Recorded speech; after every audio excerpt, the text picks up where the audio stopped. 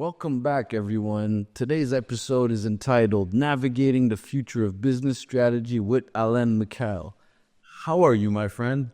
I'm excellent. I've had a very interesting afternoon so far. Yeah, I want to get into that real quick before we get into the episode. But on today's episode, we're going to be diving into few quite strategic talks that will help you in business. So first thing we're going to talk about is business strategy, then digital marketing and content creation, the role of tech in business, AI and generative AI, events, and much more. So let's jump right into it. But before we do, we're going to just talk about a little bit of the cool stuff that you saw downstairs. So we got Alan scanned in our studio and he saw his 3D version. What do you think of that? So once again, thanks a lot. I was really happy to see you guys both again at C2 just last week. But we briefly bumped into each other. Like, let's do this. Do this. We booked it. We're in. Volumetric is like the new up and coming thing. And the fact that this rig is set up here in Montreal and I was able to come down here and check it out is a special treat.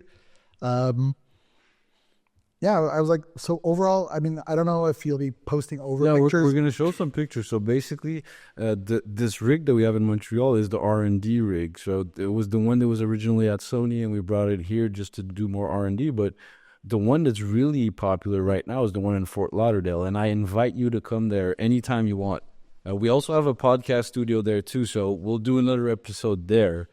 Another thing that we tried was you tried the Vision Pro. Now, you saw some of our holograms in there, but do you believe that the Vision Pro is the next computing platform, let's say? Again, another treat to try it out. It's definitely a lot smoother than what I thought it was. It's definitely a new platform and a new media in which creators are going to be able to push forward. As a business guy, my biggest thing is always seeing how it reconciles to actual businesses and where the budgets or the money to pay for all the stuff is going to come from. So that's going to be another interesting chapter in this. But once we figure that part of it out, the tech is definitely... You're totally right there. I want to pick your brain just a little bit on that. Like, it's quite expensive, right? It's $3,500 US. Do you think that companies are going to purchase this for their employees? I think companies are going to start by purchasing them. For some employees, it depends. I guess it's all about the usage, I guess, right? The balancing out the value in it. I mean, depends who the employee is, the value that's bringing. A few years ago, we'd spoken about AR and the viability of AR. And one of the big things that kept coming back was the idea of maybe using it as a live augmented training platform. And that aspect, I think, has a lot of usage. So maybe like in engineering or architecture, or I feel like high-end machinery or things like that, where it's expensive pieces for expensive things and hard to get to context. I think there's a magic formula that could be or should be explored. Definitely. Mm-hmm. I believe so. So you're right on it. I think what you just said is right on. So let's now get into what you do, my friend. So I've known you for quite a while. I know you were at some big places. So we met through different friends and associates, let's say. Yeah. And it's funny that today with X-Angle and Eric, it's funny that was one of the first events we met at, and he was there and you were there, and you're like, hey, I already knew Eric. And today, I think it's 8 years later, we're partners with Eric, so that's kind of funny.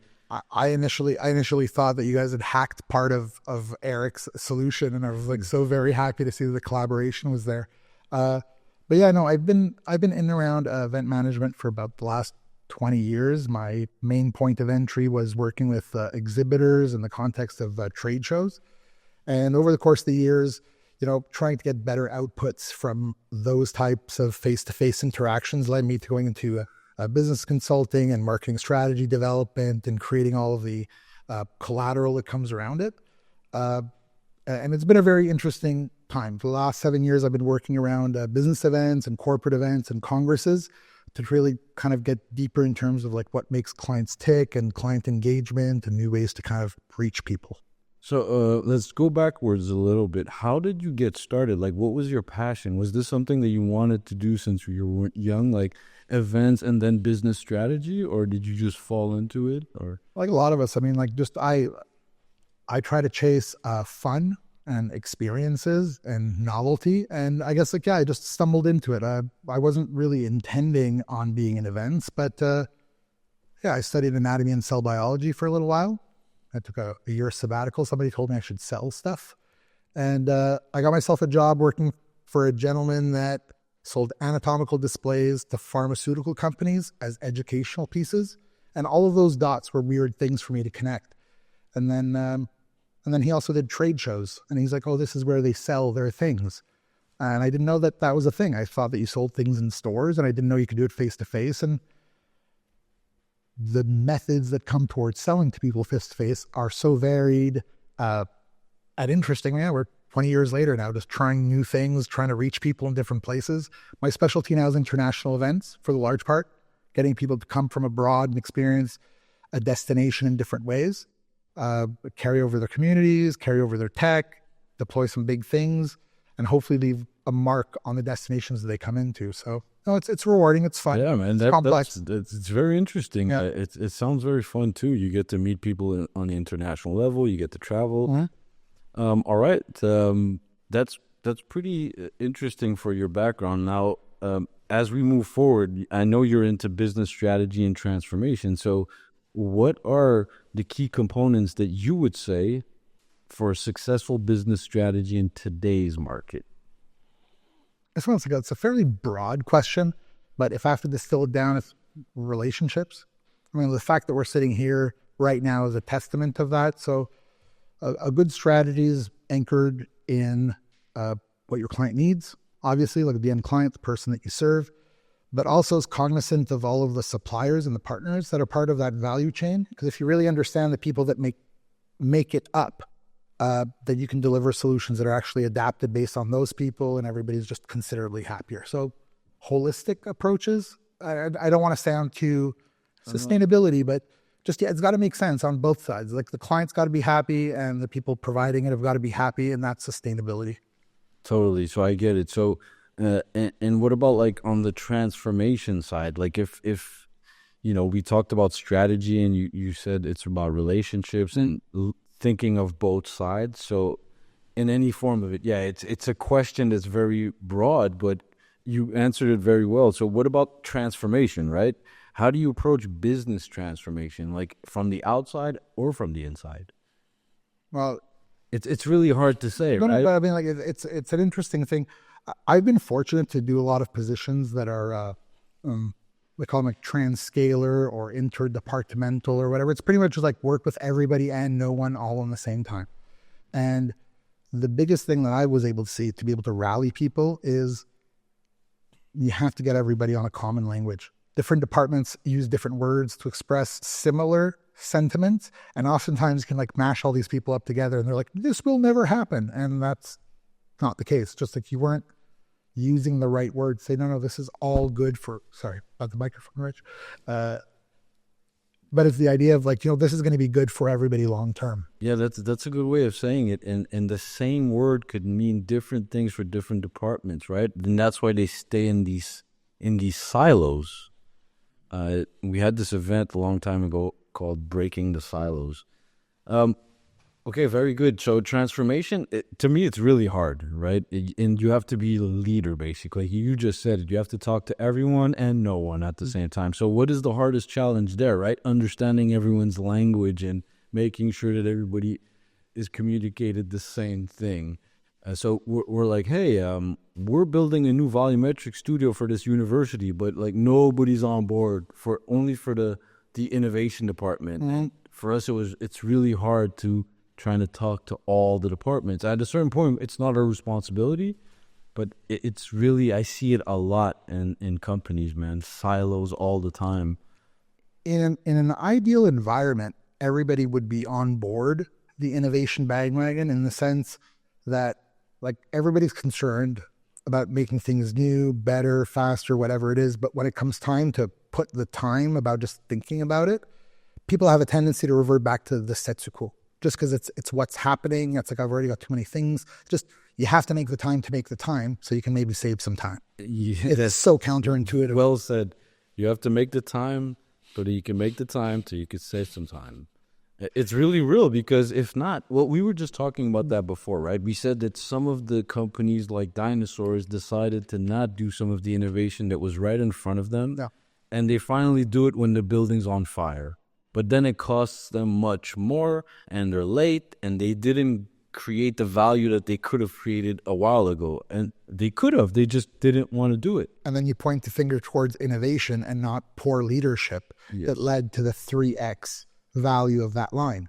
If you were to listen to your people right from the field as they're letting you know what's happening, you could probably address some stuff at $0, cluster the recurring things into like one little micro function, and then eventually build that into a suite of things instead of just rehauling it when there's like a new CEO or a flavor, or finally we're going to turn the ship around, and then put yourself down a path of like workflow change that just never is going to come to an end. It's just gauche. I get it. Yeah, you know, I get it. I totally get it. It's really interesting, and I think we could go on and on about that. But let's switch segments a little bit. Here at Unified Reality, we're all about unifying these both realities, right? The virtual and the physical. And part of doing this obviously has to be social. So people have to interact with content. It's already happening. It's already like that.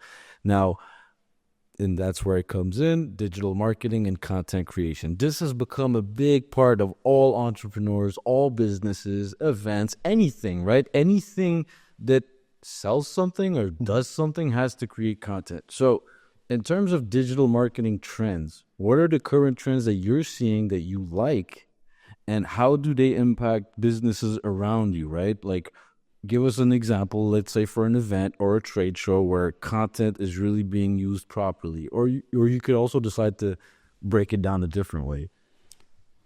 So I'll break it down in a simple way. There's the mass market content approach, and there's the specialized market content approach. I'm fortunate in that when we work with international congresses or large corporate events, those communities typically come with their own messages and target markets and reaches and goals. So it's a lot easier to be pinpointed with the messaging. You know, your personas are defined, you know where you're going and things like that. I'm finding for mass market approach, web-based businesses, web-based products, there's this, just because of the proliferation of content, it's like it's too much at this point. There's too much of it. It's very hard to cut through the clutter of it, especially with the generative AI models. You know, we've gone from people that were posting 2 sentences of poorly constructed English to giving me 9 paragraphs with emojis. It's like, I know that that's not authentically you. Like, it doesn't matter. No engine is going to fix that. So it's finding authenticity through it all, knowing that everybody now is an award-winning writer because of these tools. No, you're told, and I agree with you. I had a few other guests where I asked this question too, and authenticity comes back. Say, it doesn't matter even if you screw up on the podcast. Like, that shows who you are, that you're a real person. You're not a chat bot, obviously, but meaning that authenticity, and also bring value, right? Yeah. This conversation here, someone has value from this, and that's what they want. So we don't want to just say stuff to say them, we say them to bring value. So I really like that point you made. And so obviously that you kind of answered it again, like how important is to create content part of your business strategy? Oh, you must, but it's got to be like not horrible. Yeah, right? Like, good content. So it's one of those things where with all of these tools, everything is possible. Like, you don't need an agency to do it. You don't have to do anything. You have to have a good idea. You have to be well articulated. You have to be well positioned, and you just choose the right words to speak to the right people, right? And you won't be able, I think more and more CEOs will not be able to hide behind their agencies, hide behind these other third-party players saying, oh, those are the people that thought it up. No, it's too accessible. It's too direct. Yeah. Now this is really you. Yeah, like, it's really you. And you could have took the time to look at it, right? How come you're on your phone doing... Choice. Because you chose not to. You chose not to. And we could say a bunch of these things, right?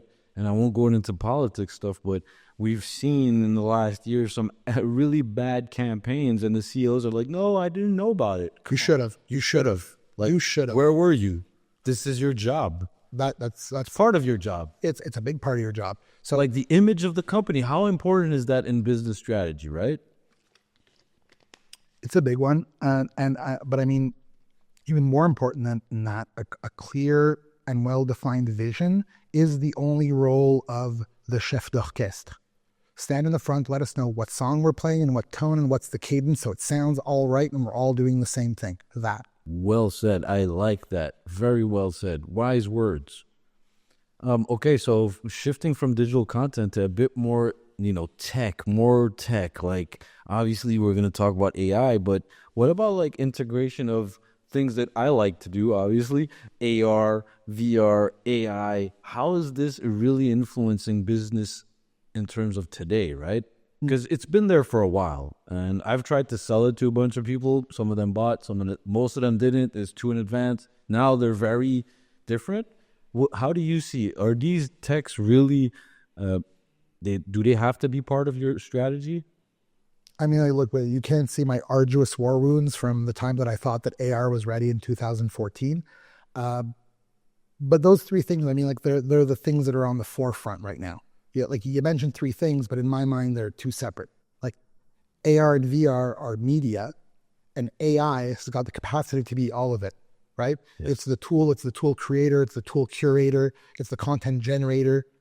It could be anything you want it to be at this point, but that I agree.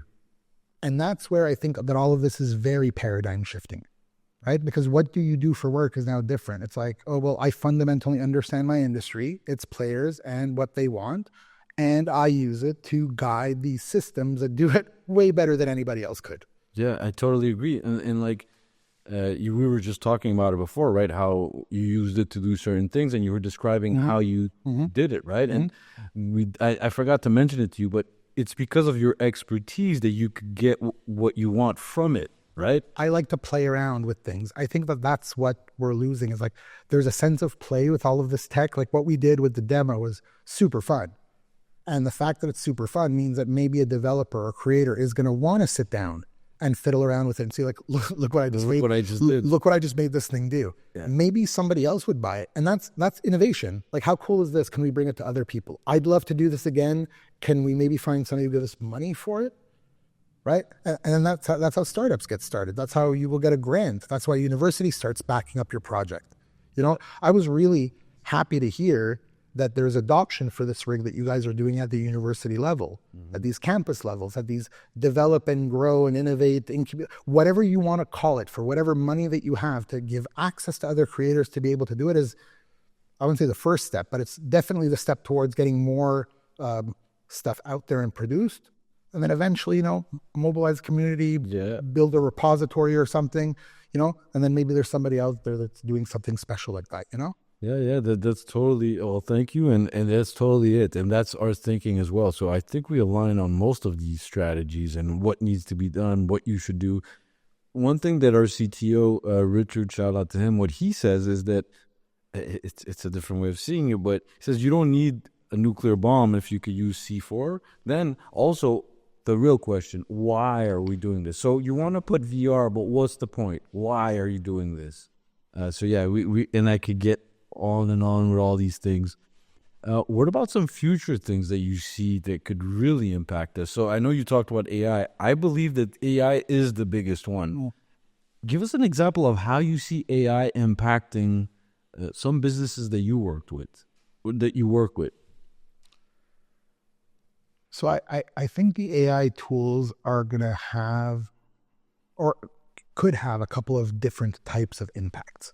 The last few years in event management and event management services and even the delivery, the biggest hurdle has been, we don't have the people, pénurie de main-d'œuvre, shortage of laborers and workers and things like that.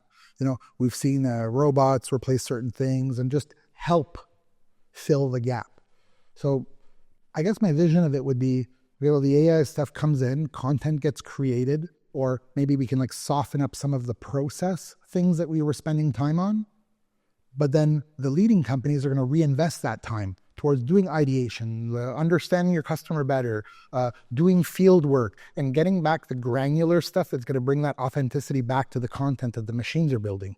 Like, I see it costing about the same amount of money, but just some of the companies being able to do better, finally. Yes, better, more. Finally. Yes. Because right now there's a gap. Like a lot, we say that it's delivered, but it's like, my big thing has been at what cost? Even the companies that do it really well have been doing it at the cost of the people that are working behind the scenes.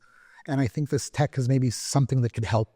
That's a really interesting point of view. And so, yeah, that's so interesting. The fact that they're getting it done, but at the cost of the people that are working there, which that's not really good, right? So, because there's no growth after, those people will eventually leave. Well, it's interesting you're saying growth, but it's like even more than growth. Fundamentally, there's no sustainability to it. And that's a word that everybody's been throwing around. True. But the mechanics of how you go about doing your business have been lacking. Nobody says it out loud. And maybe these AI tools are the thing. Maybe they're not going to be the thing. Maybe they're going to be the excuse that makes that we don't hire the extra coordinator or don't hire the extra project manager. Oh, the machine will do it. It's fine.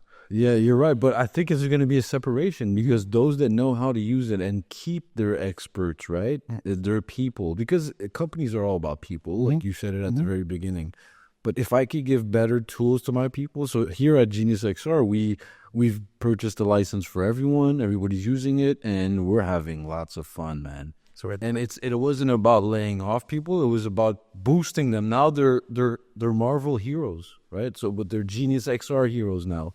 Man, wonderful, wonderful, my friend. I really like your insights on these things because we don't always think the same way or have the same experience, right? All right, and I know we talked about AI, but I'm going to jump back into it. Like, how is it being used? So we talked about some good examples. How much of it do you see being like an absolute, meaning that if you don't use it, you are dead? And you kind of answered it again, but yeah, I'd like to know, like, do you think in 5 years, if you're not using AI, you cannot start a company? I mean, it's a prediction, right? No, I mean, like I can speculate based on what I've done. Like I spent some time as an entrepreneur. I've fiddled around with like saying, oh, if I get enough business, then I'll hire a coordinator, then another project manager, then another support person. Maybe I'll sleep. Maybe I'll take a vacation. These AI tools, if you really fundamentally understand your business and ask you, it's what I've been missing my team for a little while. So I've been creating and coding. I'm sorry, I'm going to say this. I've been creating like other people to kind of like support my ideas, like some people to bots to bounce ideas, to validate ideas. Like, well, for sure. Why wouldn't you? Are they the best? No, but I can create 25-year-olds, 30-year-olds. And ask, right? Yeah, and ask questions, get sounding boards. Is it the best? No, but I'm still the director, so I just go through it one way or another and make an educated call at the end of it. But so go tell us how you actually do it, right? So you go on GPT. I'll kind of say it, and you tell me if I'm right or wrong. I also offer these services as consulting if anybody's interested. Well, you are one of the best consultants I know around here, and if anyone needs some business strategy, I'm just playing. We're doing that. All right, so we're not selling services. We are selling services. We're selling everything. Yes, definitely come sell. We're selling. These tables are for sale. Yes, everything is for sale. Well, except for the headset, the hats are for sale. Go to our merch store. 10% discount with the coupon code Alan AI. Yes, Alan.ai. We got to make it flash at this point. What was I saying? We were like, how do I use the bot? So okay, yeah. So yeah, tell. I'll share. So I've been on it since ChatGPT opened. I've always been like on the forefront of fiddling around with stuff and like I play around with it just like for regular. So as all of the updates have been coming out, I've been doing ungodly amounts of work that has been getting crushed by these new updates. I'm like, I could have saved myself 200 hours. But functionally, the Omni update is like a very good conversational engine. So like upload what you got, get it to analyze, get it to interpret. If you structure your data well and you know what you're asking for and who your personas are, how they act, how they behave, you can like train your own model to give you some okay-ish answers. You still have to do the work, but Yeah, like just HR. Like I never like. Is there any other AIs that you've seen that you're using or that might be interesting? Okay, so yes, there are, and I'm getting almost blinded by how many there are. Through the COVID years, we had to evaluate a lot of virtual and hybrid platforms, and I did like 70 of them, and ad nauseum. At a certain point, it's like they all do the same. So I personally have resolved to being like an HTML guy. I'm using ChatGPT all the way. I'm like die hard. I will hack it into place if I have to. And I'm trying not to pay too much attention to app clusters are being created.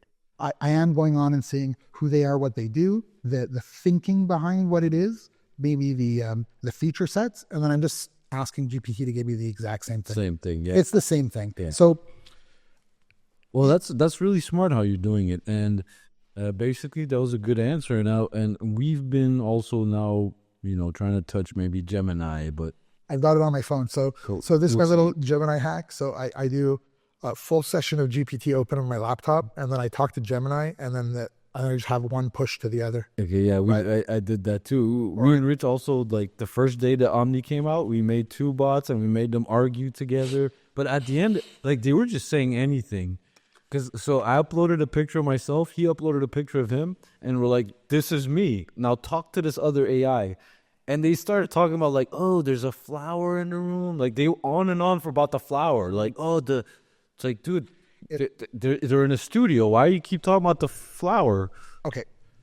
And that's where like my science background, for some reason, I never thought that it was going to be useful, is really coming into play now. So scientific method, scientific approach, the concept of trial, testing, error, setting a theory, doing a postulate, doing a hypothesis, testing it, refining it. Like those iterative processes are that's why the computer kids are doing well, the science people are doing well. Man, all the answers we had these in universities. Please, when we were a kid in high school. ADD nerds, you've got ADD, plug it in. Let the computer figure out how your brain's sorted out. It's probably more magical than most people, right? That's crazy. So it's giving potential to a lot of, and I'll say weirdos, to be able to maybe get some of their ideas cleared up a bit. It's all the weirdos out there. You are not weird because I'm a weirdo too. Yeah, man. Shout out to weirdos. Much success as I kick the bottom of this. So yeah, don't worry about it. All right, so I want to jump into some stuff that I know you really are an expert in, and most of the events. If I go to a corporate event, not a private one, but let's say a big event, you'll be there. Like I know I'm going to see you there. So I want to talk about a bit of events from when you started all the way to now. Like there has been an evolution. How do you see business events evolving throughout the years, whether it's trade shows or conferences? Has it evolved? Is it evolving? And do you like it? Anytime people gather for any reason, I like the vibe that happens. I like the energy that happens between people. Like I was like raised in the church. I didn't like going, but it was like, I knew that it was nice when people like, and raves and concerts and business events, communities vibing. And like the kids are using that term, and I love that term now. I'm old, but whatever. But that vibe, like that feeling that you get out of it. So, trade shows were great because it was very commercial. And when I started, I was like, young and hustling, we can sell stuff. And, I did the trade shows for my clients. I liked their products. They liked me. I'm like, I'll sell your product. And then I was like, I made okay money doing all kinds of very fun products and services. Like, why not? And then as it progressed, like there was 2008, there was an economic crash. That's how old I am. I was like doing some things. And then the questioning started to come in, like very early, like why? Why are they going? Why are they no longer going? Why is nobody giving me any money? And how can we find other ways for people to sell?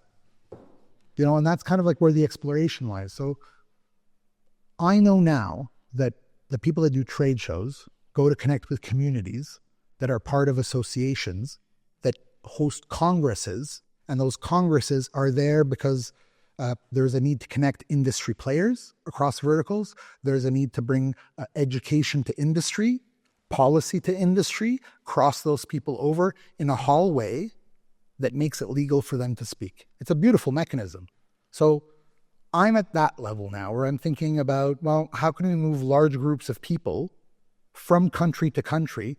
And even more importantly, the reason why I went to the Palais des Congrès and into a professional congress organizer and a destination management company is how do we ultimately bring these people back to Montreal? Because when I started my business, there were big trade shows, big industries. There was mining, there was pulp and paper, clothing was happening. There was like tons of jeans brands coming out of here. This is like, I'm old, right? And nostalgically, I've been wanting that kind of movement. So I've been just scratching at that. So has it changed? Some, COVID taught us that you have to have community support in the form of sponsors and exhibitors to financially back your thing so it works. Then if you want your sponsors and exhibitors, you have to show them real values because they're real businesses. It's a business transaction. Oh, Montreal is not enough. We have a vibrant, it's not enough. I brought you these 6 companies. Of these 6 companies, 3 may give you business. Okay, let's do it. So I think there's a business aspect to business events that is the next chapter of it. It needs to be a viable business activity from beginning to end. And do you think that these events, do we have less events in Montreal? No. We have more of these events? It depends on how you count. Let's say the ones that actually do transactions, right? Like, so you go there and you actually meet a client. Because I haven't been to a lot of these shows lately where I meet a lot of people, but they're just not, they can't purchase what I have to sell, basically. That's very interesting. So those are like 3 different questions you asked there. Okay. So networking events, like, let me go back. You'll clip this somewhere. What ends up happening is, so there's a networking event that you go to. It's hosted by a person or a group. That group has got a certain power to draw certain types of people, right? Those people are local or not local. What you're looking for is outside money coming into this city, right? To be able to spend some money. And if they're already here, more likely than not, somebody else has spoken to them. So already by the time that they're here, it's too late for you. And that's what I tell a lot of my product suppliers, the partners, is like, listen, let's do the pitch for you and for Montreal. Let's do it 2.5 years before the time that you went to your event, because that's when the sale was getting done. I get it. It's already done. It's already sold. It's already spoken for. It's right? Totally true. So like, let's say the university that we have an office in one of our studios, this actually literally happened. So like at competitors, like, oh, we're going to do this and this. We heard that you guys want 3 studios. They're like, yeah, but we already signed for all of them. We're good. Like, these people, they're okay. Yeah. Okay, so I'll make another little point that actually maybe ties into Montreal and the stake here. So you guys are doing a lot of work in the States, and I think that's really great. You're going to fall into like other competitors and people coming in. In a lot of other U.S. states, okay, the U.S. has mechanisms in place where they'll actually finance a local supplier to offset the potential cost that comes in from an outside supplier. Right? If that's good or that's bad for you, it's bad when you're in Florida, but it's also not your home turf. It would be great if you had that advantage on home turf, but that's just me. And I'm not. Yeah, it would be. And I'll tell you this, like, the worst is that I have more support. Well, not more, but I have a big support from the federal government in Florida. From there, it's because our exportability budgets, like, there's more to it than local development. So they kind of see it like that too. Eh? They're like, let's export. So they created a Florida Canada the Chamber of Commerce. I mean, like, those initiatives are great because they do give access to people from here. But it's just, you have to know that that's where our government is putting the emphasis. And if you go, like, there's a lot of great programs that are out there. It's just oftentimes, back to your networking questions, like, you just were at the wrong spot, or you didn't understand what the context was. Yeah. I really got to start rolling with me more often. No, well, yes, definitely. And we do learn things sometimes the hard way.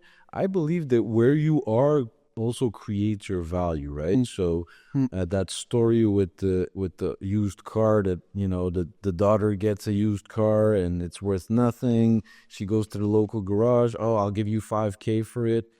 She goes to it's a Ferrari though. It's like a broken down Ferrari. She ends up at Ferrari and they're like, this is a unique piece that we only made 3 of. Here's $1 million. It was where she brought it to that created the value. Sure. All right, let's go back to events. So I just want to talk just a little bit about quickly about how events, my experience at trade shows. Why are we still like at the same format from 15 years ago? Like, why do we still have 10 by 10 cubicles or whatever, a little booth? And like, I do see some events where it's different. Can you name us like a really good event where it's different and it's good and that I should absolutely attend internationally, right? And it all depends on what you're doing. Um, okay, so yeah, that is a really good question. But in general, right? Do you know any good event that's not like the same, like with the 10 by 10 and the roll up banner? So the 10 by 10 and the roll up banner is a byproduct of what you're offering to who, right? So the show organizers are concerned about paying their bills. So the easiest configuration is doing a 10 by 10. Can it be done better? Yeah, definitely.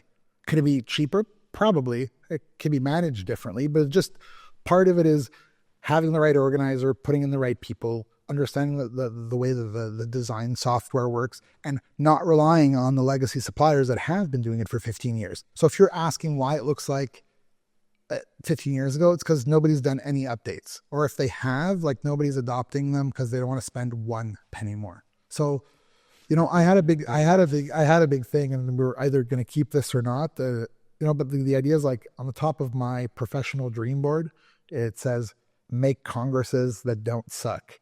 Because I mean, like I worked at the Palais, we did 300 events a year, right? That's insane. 300 is ours. So I mean, like not all of them are mine. I was in charge. No, but you were I was in charge of the technology stuff and the AV stuff and like all of those deployments there. So we had a great team and like there's like unionized people. So like I'm there to like if there's a problem, but like it's a lot of really much smarter, much better people are doing the work. But it did give me the opportunity to poke out from the fifth floor and just like poke into the plenary rooms and see what people are doing, right? It checks off all the boxes, but like between me and you, and like I'm not there anymore, it's like if I was a doctor having to go to this thing, I'm like, dude, 3 days? We're doing this for 3 days. Dude. And their other option is like I can buy a book, I can do it online, I can do it remote. There's a million ways. Well, there's a handful of other ways that are less expensive and more timely than packing your bag, getting your agenda set up, telling people where you're going to be, getting your hotel, and doing the whole thing. So that's where value delivery comes in. Mm-hmm. Like, just make it don't suck. Make it not suck. Yeah, like make it not suck. Yeah, I don't want to go to the same restaurant I went to last time I was here. Do you have something new? Is there something that's underground? Is there anything that's happening after 11? Something different. Yeah. Yes, I believe so. All right, and that leads me to, like, obviously for me, when you say events, I see experience, right? So experiential marketing, right? How important is experiential marketing in today's business environment? And how do companies leverage it effectively? How should they leverage it, right? I think you kind of already started it. I mean, like all of it, like because all of it has been done, right? And at scale, if you've done a handful of events, you've done a handful of events, like, okay, I came, I sat, I listened to something, I ate a thing, I sat down again. So it's breaking out of that shell, right? Making it not standard, making it really stand out. And it's typically those little experiences that anchor all of the other messaging that you're trying to do. So oftentimes you'll go to a place and what you'll really remember will be like that activity on that Wednesday night for 2 hours. It was really cool, where you were able to speak to a person who spoke to you about their business, and it'd be cool to follow up about that experience. The business thing is secondary. It's like Azad was really cool. I'd love to do more 360 stuff and maybe live another experience with him in the context of his business. Like that's a sale as well. It's a different. Yes. I like how you put it in that context. And so what about because we're on unified reality. What about unifying some sort of tech to make it experience, meaning that yes, you can add screens and stuff, but what about like an app? Do you believe in event apps? I believe in community apps. I believe in like the people that share common goals need an area where they can exchange their information. There can be like a certain aspect of recognition. There can be a certain aspect of opportunity, maybe even employment, So I think platforms that kind of encompass those things and have a broad enough community have got a chance to live. And then they don't have to be big, right? Like there's the idea of micro communities. And if there's actual revenue and value being created, those communities are also viable. Very viable. We have this term that we didn't coin it, but the founder of Patreon did, the super fan, right? Meaning that you don't need 1 million followers to give you $1 a day. If you just have 100 or 1,000, you're good. And you could feed right off of that. Excellent. Do you want to add anything for experiential marketing? Like, it's a must. You guys have to create experiences. All right, I like it. Right? Like, there's nothing else to say. People are bombarded with all kinds of content, right? It's just, when I first started in trade shows, we spoke, and you're 10 by 10s, because that's how long it was. So in a 10 by 10 exhibit setup, as people walk in front of your booth, you've got 3 seconds for them to go, what's that? And it was dumb. When we first started, we used like have a light, have something with a motion component. But what it was is have something that other people don't have. So whatever makes you different, do that. Like, because I talk too much, man. Like people know. Like, you invite me to your podcast by crossing me at C2. You're like, oh, this guy's gonna be. Yeah. I'm just gonna roll with that. We like it. I like it too. I'm having a good time. I'm just trying to go with whatever it is I've been blessed with and just lay off the stuff that I have. Some good knowledge. Like, in today's world, we're bombarded with information, but a lot of it is not good knowledge. So we try to bring some knowledge to the entrepreneurs first, and the people that are interested in tech, and yes, somehow unified tech. Now we're going towards the end of the episode, and I have just maybe 2 more sections and a few questions for you. Leadership. Now, we did talk about, as a business strategist, you also have to be a leader, because you have to gather people in different silos and explain to them and be a leader in there, right? What is your philosophy about leadership? Like, meaning that the philosophy that kind of influenced your approach, meaning that when I do it like this, there's a good outcome for my business strategy. I mean, it may sound super basic, but it's like, I'm really in it to have fun, and I really like the people around it. I just happen to work in this industry. So if I say, like, my approach to leadership and like, do I like managing people? Yeah, sure. I mean, it's great. Is it like my thing? No. I mean, I'm also okay solo. So I do like people. So I go at it with a people first approach. So I want to know if you've got a family. I don't know if you have kids. I want to know if you have to pick somebody up at 5 o'clock. I want to know if, like, you wake up early or late. And I typically ask people questions like, okay, if we were to sit down here as a supplier, what part of this would you do for free? That's the part that I want to know, because I want 80% of my mandates to you to be the part that you would do for free. So when the money comes in, you're like, oh my God, this is great. Or when I have a lower budget, like, you're like, oh, it's fine. That's a good way of seeing it. But then, and then that push pull is a lot easier in teams, because you're like, all right, like, there's like researcher who's really cool, and then there's like analytical person, which is really fine, but analytical person will not show up at 9 o'clock tomorrow, so that's fine. My meeting's at 11. Let the person create. I know they're going to go do whatever, but I'm going to get output from there. And then research is going to come into the table. I'm not going to expect them to speak, because it's like, why? But I know there's like 15 pages of content there if I ask after. So just little nuanced things. And people, right? Basically, it always kind of comes back to that. Right? And choosing the right people. I know it's hard, especially because, like, interview processes are weird, and you know what team you're inheriting or things like that, and you've got to deal with the Karens and the Debbies and whatever you call those tropes of people. And unfortunately, those people exist, and it's unfortunate. Yeah, no, well said. And it's a give and take, really, right? So sometimes as startups or smaller companies, they try to put these ways of doing for HR, and I hate that word.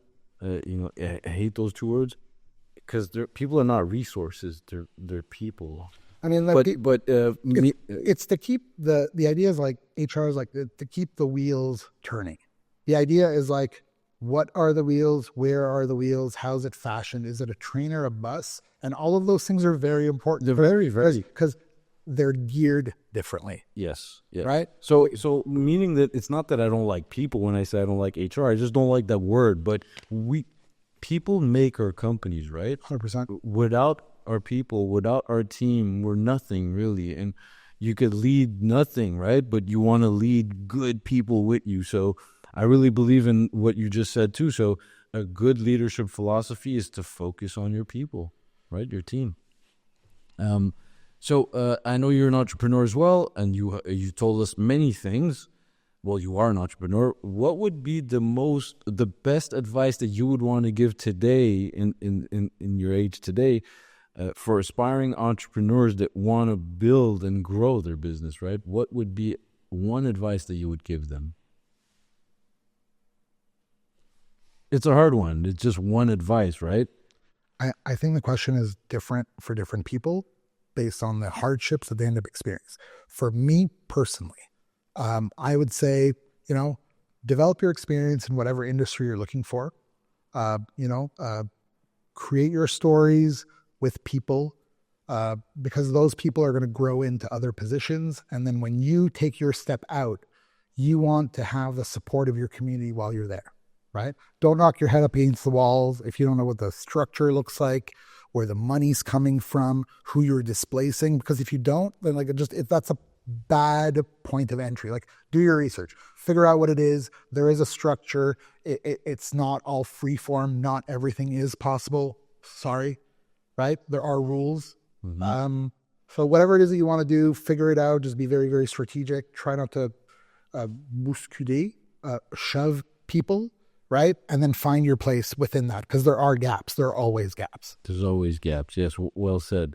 And this leads me to networking and professional growth, right? So I've known you for this, right? You help companies grow, especially trade shows and all kinds of different shows. How important is that, right?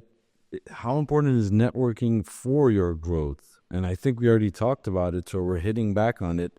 So yeah, it's very important. Tell us, like, did you get to where you are from networking? All of it is networking. I was fortunate to do sales jobs with people that told me, your goal today is to meet one person. Your goal for every day of the work week is to meet one new person that you have not met. Go to this thing, get in your car, go meet the people, right? It's important to be face to face. They're going to remember. So it's been hard set. And I was like in 2004, I just said the date. In 2004, I was a BNI member of the largest BNI chapter that I think has existed. They were like 80 members. Right? Which one was it? It was BNI WIT on Côte de Liesse. And it was, BNI is what it is. It's great for starting entrepreneurs. It provides a lot of opportunities. So anyone that doesn't know BNI, we could tell them. I remember it as the Breakfast Club, right? It was also the Breakfast Club. It had the poor quality eggs of the Dorval Airport, if you were lucky to be part of that one. But no, it's Business Networking International. It was started by a gentleman called Ivan Meisner, if I'm not messing up his name. Like 35 countries, thousands of chapters. But the principle is simple, right? Is like there is a group. In each group, there's a person of a category, and between people exchange references. Now, does it happen the first day? No. But the more I hear you do your little breakfast intro, after I go to a Christmas party or a night event, or you talk to me about your wife, or we speak about the thing and we do another activity together, then I'm going to go, tell me again what you did. That's what networking gives you. So the fourth time, I don't expect you to know what I do, but the fifth time, it's going to be rude that you don't. Yeah. So you're going to, oh God, there's Alan again. Maybe it was, so. Let me give him a contract. Yeah, please, anytime. No, but the idea being is networking allows you a very human way of approaching people. So I'm saying, if you want to network, get yourself. I tell people, like, I'm the best plus one ever. If you have an event, I will say yes unless I'm quadruple booked. It only happens like a couple times a year, where it's like the day of reckoning, where I've like said yes to everybody. I'm like, it's like, oh man, I've got five after hour. What do I do? Yeah. If to get a drink in each one, then you have no choice. I just pick one and I do apologies, and that's okay too. So yeah, man, networking is really key.